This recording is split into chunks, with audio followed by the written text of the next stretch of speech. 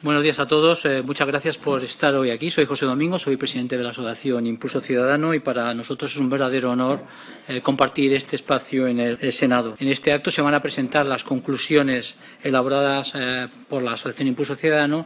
Tiene la palabra Rafael Arenas. Muchas gracias. Es un placer poder participar en esta jornada sobre los derechos lingüísticos en el Senado. A mí me toca hablar de derechos lingüísticos y de políticas lingüísticas y me toca poner el énfasis en que no son lo mismo, como espero mostrar en estos minutos. Partiendo de algo muy evidente, España es un país y es un país plurilingüe. Lo hemos visto, aunque quizá no todos los españoles sean conscientes de las características del plurilingüismo en España. Jesús Rull lo ha comentado y volveremos sobre ello a lo largo de esta presentación. Y además es un país oficialmente plurilingüe, porque hay países que son plurilingües, pero que no está reconocida esta diversidad de lenguas a nivel oficial. En España no pasa esto. Pero, sin embargo, es un país que, a pesar de ser plurilingüe y a pesar de ser oficialmente plurilingüe, no tiene una política lingüística. O eso es lo que intentaré mostrar. Aquí hablamos de derechos lingüísticos, hablamos de derechos, hablamos de normas. El derecho es un marco, es un límite, es un instrumento, pero la política lingüística es otra cosa. Es qué es lo que queremos hacer con ese instrumento. Y lo que nosotros decimos es que a nivel estatal España no tiene una política lingüística. Pero bueno, primero para analizar las consecuencias de esta ausencia de una política lingüística estatal, vamos a ver cuál es la situación, cuál es ese marco que nos ofrece el derecho. El derecho, tenemos que partir del artículo 3 de la Constitución, que ya ha sido mencionado, con un contenido que no voy a reiterar porque todos lo conocemos, pero que no se entiende perfectamente más que si vemos qué es lo que nos han dicho los tribunales a partir de este artículo 3. Porque en realidad este artículo 3 no dice mucho, pero el Tribunal Constitucional, el Tribunal Supremo, los tribunales superiores de justicia, especialmente en Cataluña, en el País Vasco, pues han ido diciendo cosas sobre cuál es el contenido de este artículo 3. ¿Qué es lo que nos han dicho? Nos han dicho, en primer lugar, que las administraciones han de utilizar con normalidad las lenguas oficiales en cada territorio. Esta utilización normal parece evidente, pero como vamos a ver, no lo es tanto cuando descendemos a la práctica. Y nos han dicho además que los alumnos han de acabar dominando las diferentes lenguas oficiales en su territorio. Esto es un dato importante que diferencia a España de otros países plurilingües. Hay países con diversas lenguas en las que a nadie se le ocurre que los miembros de una comunidad lingüística tengan que aprender la lengua de otra comunidad lingüística. Y, sin embargo, en España, a partir de la jurisprudencia del Tribunal Constitucional, esto no es así. No hay una obligación de aprender una lengua española diferente del español, porque la única obligación de aprender una lengua en el artículo 3 es la del español, pero sí que hay una obligación de que los sistemas educativos de las comunidades autónomas, en las que hay diversas lenguas oficiales, acaben garantizando el dominio de todas las lenguas oficiales al acabar la enseñanza obligatoria. Porque hay un modelo que es un modelo de convivencia de lenguas sin que haya grupos lingüísticos diferenciados. Esto lo dice el Tribunal Constitucional, es la situación que tenemos ahora con el marco normativo que tenemos. Y tenemos también un derecho a recibir educación en las lenguas oficiales. Y este es un derecho del que se benefician los que tienen el castellano como lengua materna, pero también los que no lo tienen. Es decir, el derecho a que en cada comunidad autónoma las lenguas oficiales sean lenguas que se utilicen para la enseñanza, sean lenguas vehiculares. Además, el Tribunal Constitucional también ha dicho que en las relaciones entre particulares no puede imponerse la utilización de una lengua. Y tendremos que volver sobre esta idea que yo creo que es muy importante. Y también el Tribunal Constitucional ha dicho que las políticas de normalización en favor de las lenguas cooficiales son legítimas si no suponen la exclusión del castellano. Si no suponen la exclusión del castellano. Pero a partir de ahí, de este marco, que es el marco que se deriva del artículo 3 de la Constitución, ¿con qué nos encontramos? Nos encontramos con que quienes sí practican política lingüística, que son algunas comunidades autónomas, especialmente las comunidades autónomas con lengua cooficial y con gobiernos nacionalistas, porque esto es un elemento que no puede perderse de vista, utilizan esa política nacionalista para conseguir una prevalencia de la lengua cooficial a partir del sintagma lengua propia. Un sintagma, una expresión que es peligrosa porque supone considerar como impropia a la que no es propia, es decir, como impropio, en este caso, al castellano. Esto no es casual, no es accidental, sino que está, yo creo, buscado. Hay pruebas más que suficientes durante tantas décadas de esta intención. ¿Y esto cómo se consigue? Mediante una utilización mayoritaria de la lengua cooficial por parte de la Administración autonómica y administraciones locales. Antes veíamos que las administraciones deben utilizar con normalidad todas las lenguas oficiales. Bueno, pues esto en Cataluña, por ejemplo, no pasa. Hay un ejemplo muy claro. En Cataluña el DNI es bilingüe. Yo tengo aquí mi DNI y están todos los datos en castellano y en catalán. Pero, sin embargo, la tarjeta sanitaria que emite la Generalitat es monolingüe. Es decir, la idea es que la administración autonómica y las administraciones locales lo que hacen es utilizar prácticamente en exclusiva la lengua cooficial, es decir, excluyen el castellano. Luego, otro elemento clave para esta prevalencia de la lengua cooficial sobre el castellano es que la lengua de la escuela sea la lengua cooficial. En Cataluña las instrucciones que dirige la Generalitat a los colegios así lo dicen. La lengua de la institución, la lengua de la escuela es el catalán y no otra. Es decir, la lengua en la que se rotula, la lengua en la que se realizan las reuniones con los padres, etcétera. No insistiré porque Ana va a hablar de este tema. Y luego tenemos exigencias lingüísticas que se convierten en barreras de entrada. Es decir, cuando las exigencias lingüísticas, las exigencias de conocimientos lingüísticos para acceder a determinados puestos carecen de justificación, se convierten en un simple mecanismo para evitar que de fuera vengan y ocupen puestos. Y esto pasa en varias comunidades autónomas y ha sido incluso reconocido públicamente. Me estoy acordando de un vídeo de un político de una determinada comunidad autónoma, en este caso Asturias, que explicaba que la oficialidad del asturiano sería muy beneficiosa para evitar que gente de fuera de Asturias viniera a ocupar puestos en la comunidad autónoma. Cuando se convierte, algunos lo dicen así de claro, otros no lo dicen tan claro, pero al final el objetivo del requisito lingüístico muchas veces se convierte en una barrera de entrada que dificulta la movilidad. Y luego tenemos también una política que va dirigida a extender el uso de la lengua cooficial, el uso social.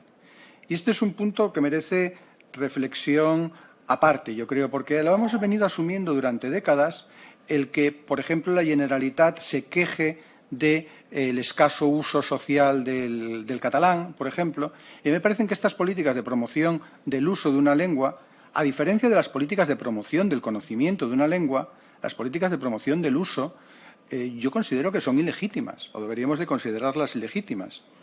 Repito, una cosa es la política de promoción del conocimiento de una lengua y luego otra, diferente, es que el poder público, no una asociación cultural o un grupo, sino que el poder público pretenda modificar cuáles son los usos lingüísticos de los ciudadanos en su vida particular.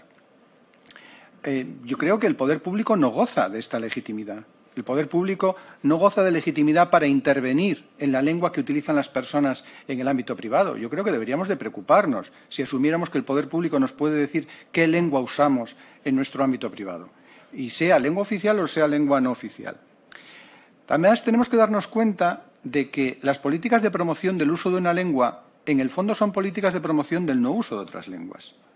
Quiero decir, nosotros no hablamos, leemos o escribimos más cuando utilizamos más lenguas. Hablamos, leemos o escribimos lo mismo. Lo que escribimos en una lengua no lo escribimos en la otra. Lo que hablamos en una lengua no lo hablamos en la otra. Cuando la Generalitat, por ejemplo, cuando se nos dice que hay que tener, ciertas instituciones manifiestan su preocupación porque el uso social del catalán es de un 30%, pues ¿a dónde se quiere llegar? A que el uso social del catalán sea de un 70%. Pues eso quiere decir que el uso del castellano va a disminuir del 60% al 20%. Eso es lo que está detrás, disminuir el uso social de una lengua. Yo creo que estas políticas de promoción del uso, que inevitablemente son políticas que llevan al no uso, a promocionar el no uso de otra lengua, son ilegítimas en cualquier circunstancia, y sea con la lengua que sea oficial o no sea oficial, Como explicaba Jesús, España es un país plurilingüe no solamente por las lenguas españolas, es un país plurilingüe porque también hay otras lenguas en España que se utilizan. Y si estamos hablando del ámbito privado, lo que debería de primar es la libertad y que cada ciudadano hable o utilice la lengua que considere, sea oficial o no oficial. Pero además, cuando estamos hablando de promover el no uso de una lengua que es oficial, en este caso el castellano, entiendo que deberíamos de verlo como una contradicción con el artículo 3 de la Constitución. Por tanto, la conclusión es que necesitaríamos una política lingüística nacional del conjunto de los españoles. Una política lingüística en que nos diéramos cuenta de que la Constitución y las leyes están ahí, son base, son norma, pero tenemos que saber qué es lo que queremos. Y esto a veces nos falta. Es decir, a veces cuando hablo con los nacionalistas ellos tienen muy claro qué es lo que quieren. Por ejemplo, quieren, y alguna vez lo reconocen, que la única lengua conocida en Cataluña por todos sea el catalán. Lo han dicho así expresamente. Esa es su política lingüística. Intentan trabajar por ella. ¿Cuál es la política lingüística que queremos el conjunto de los españoles y cómo queremos conseguirlo? Yo creo que una política lingüística del conjunto de España tiene que garantizar los derechos lingüísticos respecto al español, castellano, como se dice en la Constitución, de todos. Y digo derechos lingüísticos respecto al castellano porque no es solamente de quienes tienen el castellano como lengua materna, que es la mayoría de los españoles e incluso la mayoría de los españoles en cada comunidad autónoma, excepto me parece que Galicia, en el que está la cosa equilibrada, pero es que en Cataluña hay muchos más catalanes que tienen como lengua materna el castellano que tienen como lengua materna el catalán. No se trata solamente de regular los derechos lingüísticos de los españoles que tienen como lengua materna el español, sino respecto al español, porque yo conozco muchos catalanes, que es donde vivo, que tienen como lengua materna el catalán y que quieren también ejercer el español, utilizar el español y que el español esté presente en la escuela, a pesar de que su lengua materna puede ser el catalán. Es decir, son los derechos lingüísticos respecto a esta lengua, el español o castellano. Garantizar la utilización normal del español por parte de todas las administraciones públicas, cosa que ahora no pasa. Ahora no pasa en España y esto está reconocido en la Constitución. Utilización normal del español por parte de todas las administraciones públicas. Garantizar que el español sea lengua de la escuela, que los niños no perciban que su lengua, cuando es el español, es una lengua de menos nivel, de menos categoría o menos oficial que la lengua cooficial. Porque esto, que se quiera que no, cala, va calando, es un objetivo que se pretende. Es decir, la lengua de Cataluña es el catalán, no es el español. El español es una lengua impropia. Eso se consigue o se evita consiguiendo que el español sea también lengua de la escuela. Y garantizar que los requisitos lingüísticos no se conviertan en barreras de entrada. ¿Puede haber requisitos lingüísticos? Por supuesto, los hay en todos los países del mundo y en relación a todas las lenguas. Pero tienen que ser requisitos lingüísticos justificados, no barreras de entrada encubiertas para disminuir la movilidad. Necesitamos una política lingüística nacional en la que el Estado asuma la competencia reguladora que la Constitución le atribuye y que ha ejercido hasta ahora de manera muy parca. Y en el que se garantice una política convencional coherente con el plurilingüismo que se deriva de la Constitución. Y aquí estoy pensando en la Carta Europea de las Lenguas Regionales o Minoritarias, en la que no entraré porque no tenemos tiempo. Y en la que el Estado ejerza las facultades de protección de los derechos individuales que le corresponden. En muchas ocasiones encontramos dejadez de las instituciones estatales en relación a los derechos lingüísticos de los ciudadanos cuando se trata de derechos lingüísticos respecto al español, nuestra lengua común. España es un país en el que han de respetarse los derechos lingüísticos de todos, pero este todos incluye también los derechos lingüísticos de quienes tienen el castellano como lengua materna, que son la mayoría. Y es curioso que los derechos lingüísticos que ahora mismo están desprotegidos son los de la mayoría de los españoles. Y es un país en el que tenemos una lengua común que, como decía antes, es la materna mayoritaria del conjunto de los españoles, pero además es que es mayoritaria en la mayoría de las comunidades autónomas, en Cataluña, en el País Vasco, en Valencia. La lengua mayoritaria de los habitantes de esas comunidades autónomas es el castellano, es el español, no es la lengua cooficial. Y tenemos que hacer que esa lengua común cumpla las funciones que de manera natural le tocan, que es la de entendernos entre todos los españoles. Porque es una lengua que, como ha explicado Jesús, la práctica totalidad de los españoles conoce y domina. Por tanto, es la lengua en la que nos podemos entender y es absurdo renunciar a ello. Y habría que preguntarse por qué vamos a renunciar a ello. Y, por supuesto, es una política lingüística en la que ha de garantizarse la convivencia entre las distintas lenguas. Y yo creo que el mayor obstáculo que hay ahora mismo para esa convivencia es la utilización de las lenguas como una herramienta de construcción nacionalista en algunas comunidades autónomas. Eso tenemos que abordarlo. Es así. Si miramos a la realidad de frente, podremos resolverlo. Yo creo que España es un país maravilloso, entre otras cosas, por su plurilingüismo y que ese plurilingüismo tiene que servir para la convivencia y no para la confrontación. Muchas gracias.